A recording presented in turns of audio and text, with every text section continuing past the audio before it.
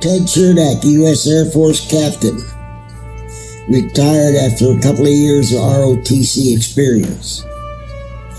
And the fact that I'm an immigrant from Canada, came in when I was 6 years old, only spoke Hungarian. You know why I can appreciate this country. As an immigrant, I appreciate this country and my experience as a veteran, which I loved, because I was both doing an accounting system for the Tactical Air Command, and I was doing criminal defense work in a trial in the trial department. My controller said he let me do both because I could do either one. Because of my background, I happened to be visiting with the contracting officer, and I was with the first F-100 Supersonic Air Force. And as a ground pounder, I just loved those planes.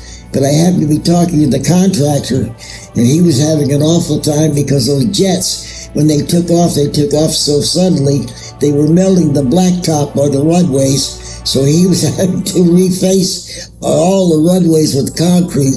And that was my one funny experience in the service. My name is Roger Bruce. I served 20 years in the Coast Guard.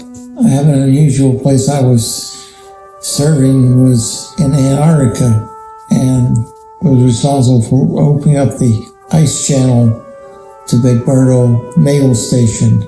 Well, 20 years in the Coast Guard meant a lot to me because it provided a retirement and see the good things that the Coast Guard has done, which makes Veterans Day a special day for me.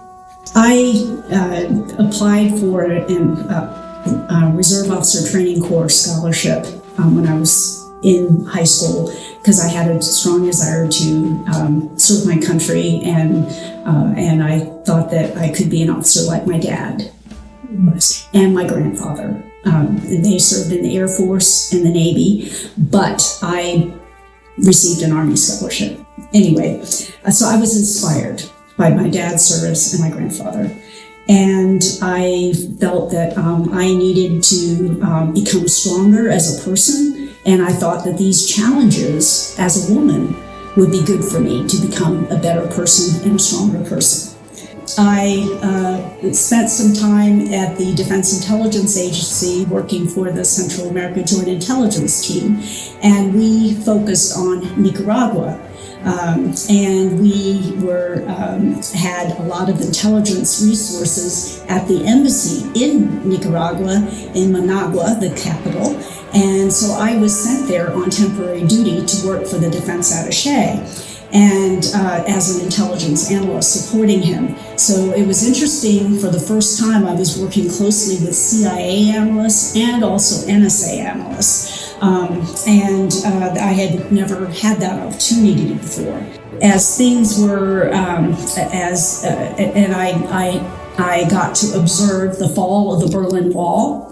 And that was extremely exciting to see the joy of the people in East Germany and also West Germany as they came together as a whole country rather than being separated. And I have pieces of the rocks from the wall and stuff that we gathered as souvenirs because both my husband and I, both of us Army, were able to have the privilege of observing this, and that was tremendous. In 1999, I retired, and I decided to retire because I was not seeing my daughter, my baby daughter.